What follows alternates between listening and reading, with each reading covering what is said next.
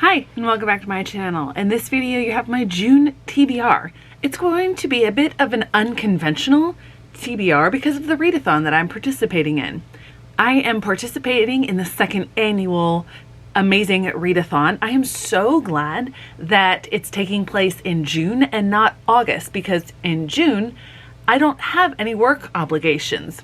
In August, I have a lot of them, obviously. So I'm really excited about that. But the thing about the Amazing Readathon is that you don't know a lot of the prompts ahead of time. You don't know any of the official prompts ahead of time. They are released on drops as the month goes on, just like the clues for The Amazing Race, which is one of my favorite shows.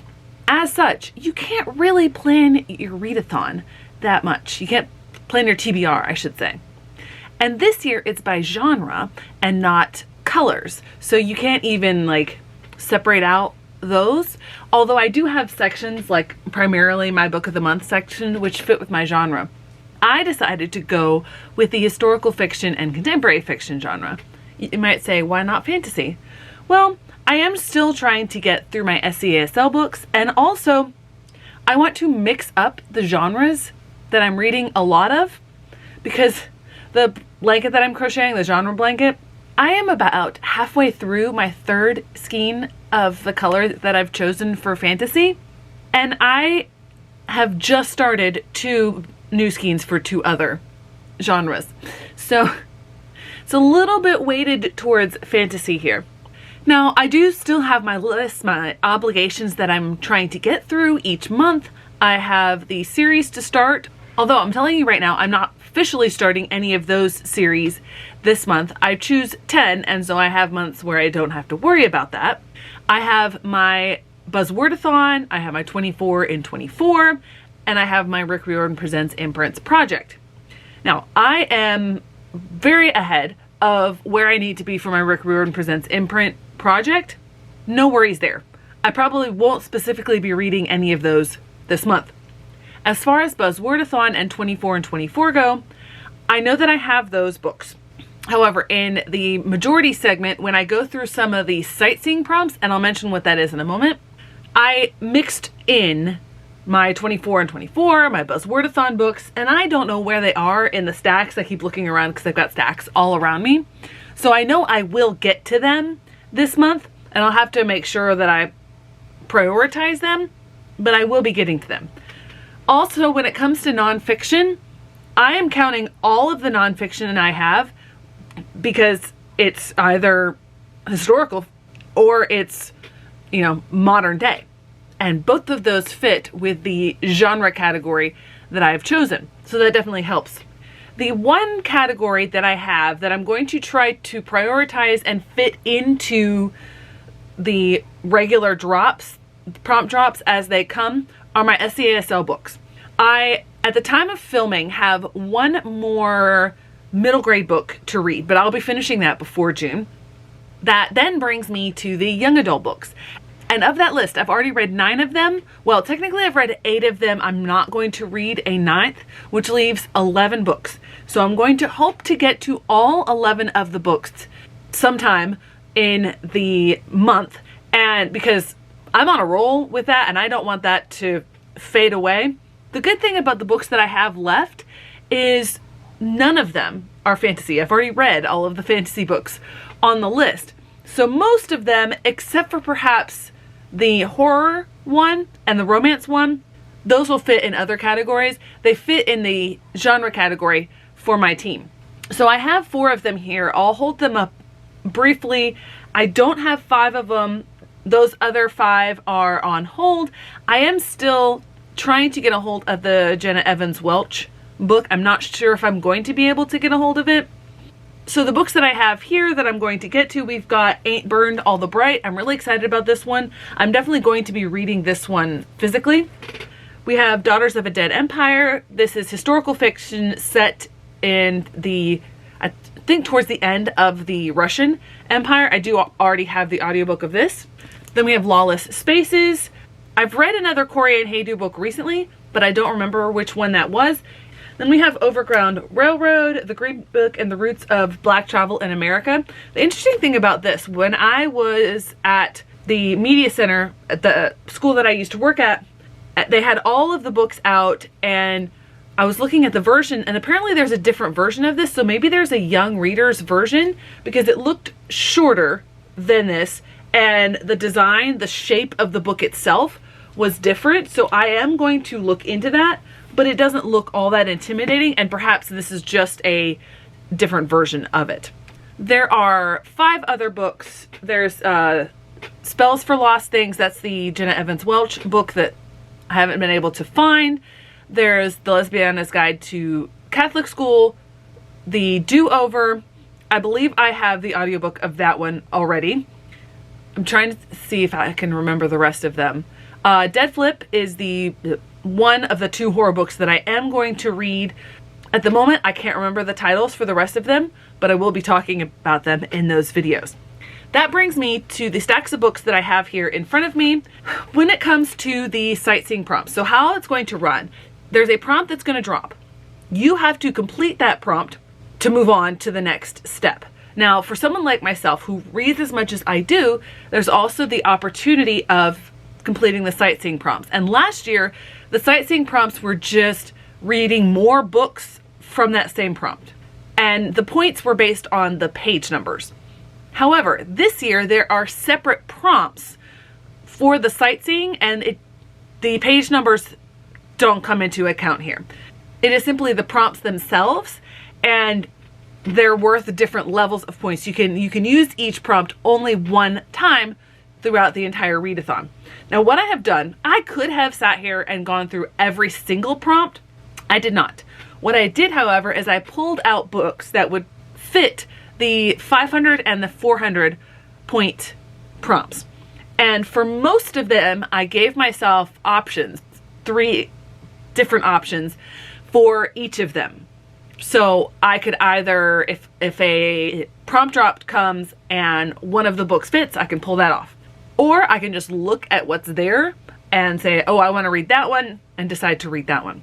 The SESL books will most likely fit for either a prompt drop or like one of the actual legs of the race, or for one of the lower points prompts, but I am still trying to get through those. So I'm going to go in order from 500 down through 400, and I'm just going to mention the books. I'm going to hold them. I'm going to say the prompt, say what the books are.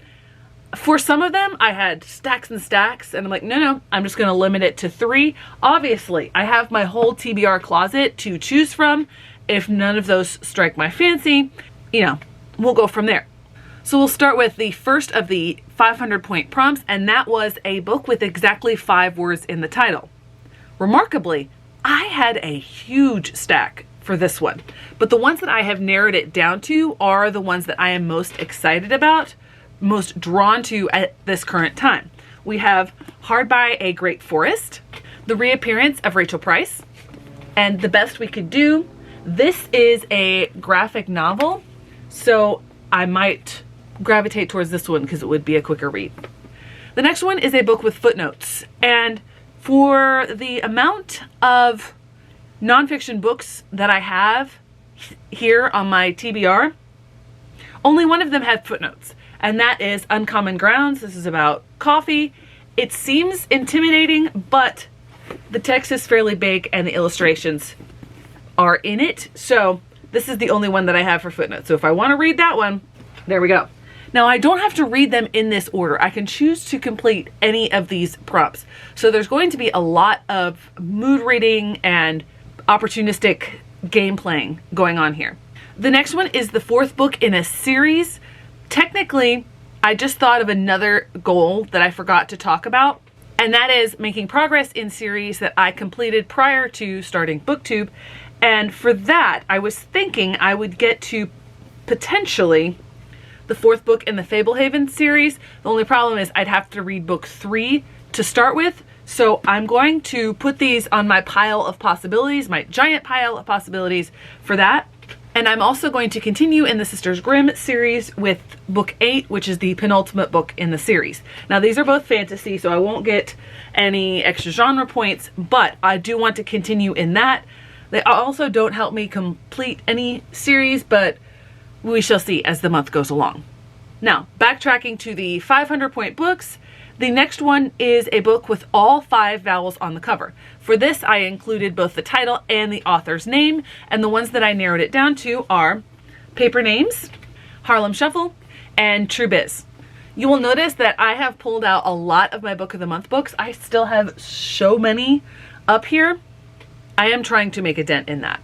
The next one is my Buzzwordathon book, and it is fantasy, so I won't get the genre bonus. However, I needed to fit it in, and it fits perfectly for foil on the cover, and for that one I'm choosing The Witch and the Czar. The Buzzwordathon is a repeated book, and Caleb with Books and Lala, she's the one that runs Buzzwordathon, did say that words like the can count, so the is repeated in the cover here. Buzzwordathon, foil on the cover.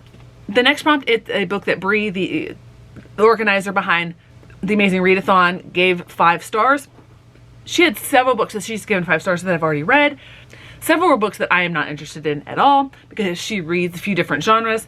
Others I didn't have on my TBR. I'm trying to prioritize my own TBR because I added a bunch to it last month, but I was scanning through and I saw a book on there and I went, I'm doing that one. And that is My Grandmother Asked Me to Tell You She's Sorry by Frederick Bachman. I loved A Man Called Uwe, and I'm so excited to read his other books. These next 2 prompts, I have only one possibility for it. I probably could find another one, but I'm not really going to try to. The next two actually are my 24 in 24 books. So it helps. I needed to get those books on the list anyway, on my TBR anyway, I should say. And the first is a book written before 2000. And for that, I've chosen When I Was Puerto Rican. This also helps with my nonfiction goal. This was published in 1993, so obviously before 2000. Then we have one where I hope I'm really going to enjoy it, and it's also going to help me see if cozy fantasy is my thing, and that is Feel the Burn, for the prompt of a book with a person's name in it. Burn as in Bernie Sanders. I might be stretching it just a little bit. I don't think I am, but this is a 24 in 24 book and it fits this prompt.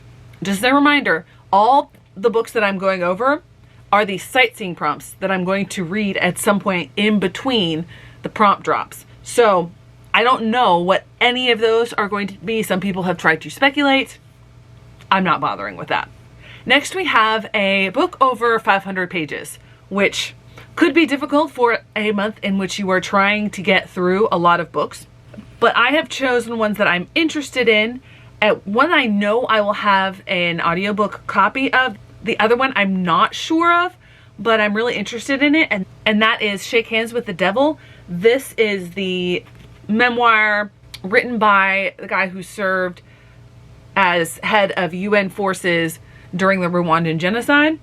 I would really prefer to read this as an audiobook, but if I don't find one, because this is an older book, I will read it physically. Or I could read, and this is outside of the genre for my team, but it would help me finish a series, and that is Wings of Shadow by Nikki Papardo. I know I can get an audiobook of this. This one is huge.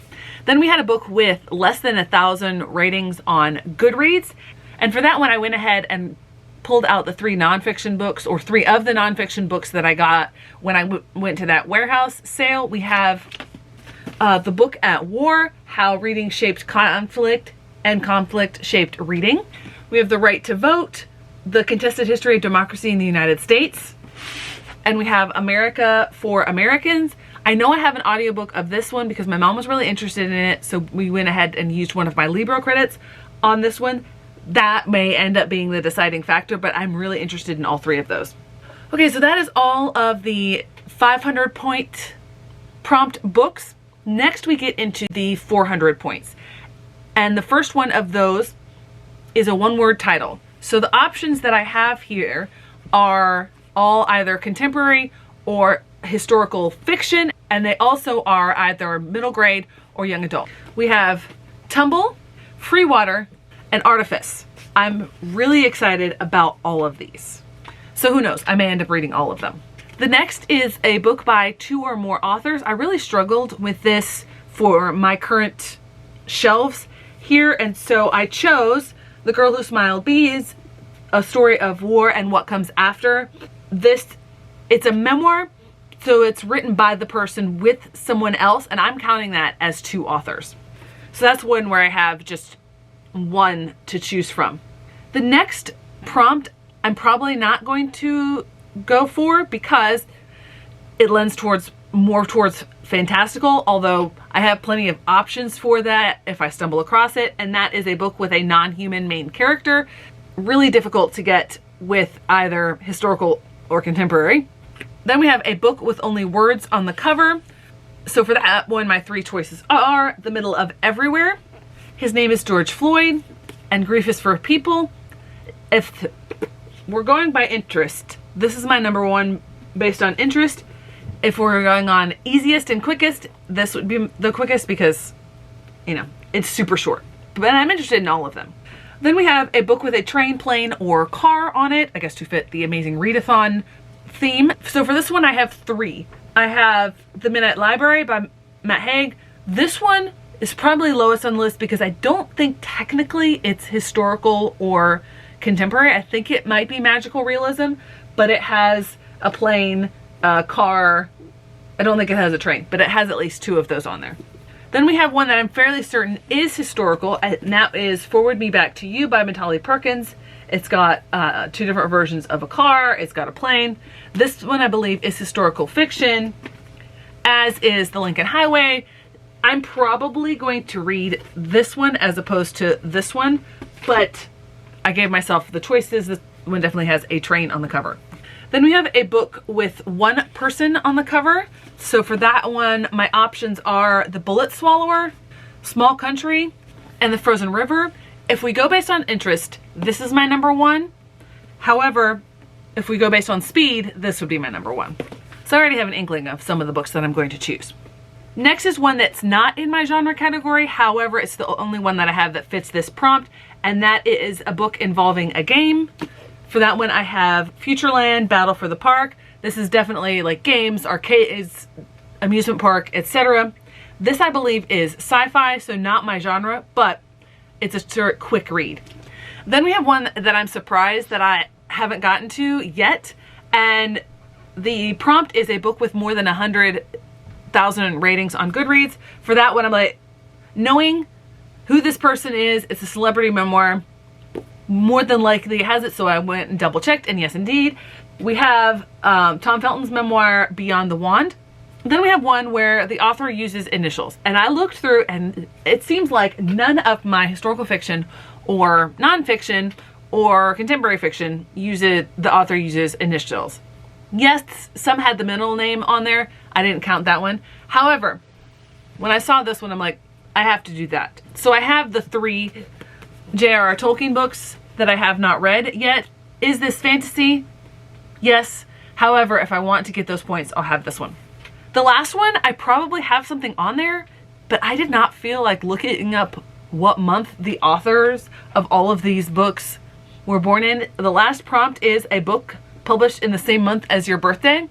Well, not the author's birthday, but the publication date, I should say. I did not feel like looking that up. If I'm going through my SESL books and I'm struggling to find a prompt for it to fit, yes, I will look at publication month for it. Otherwise, I won't use this particular prompt.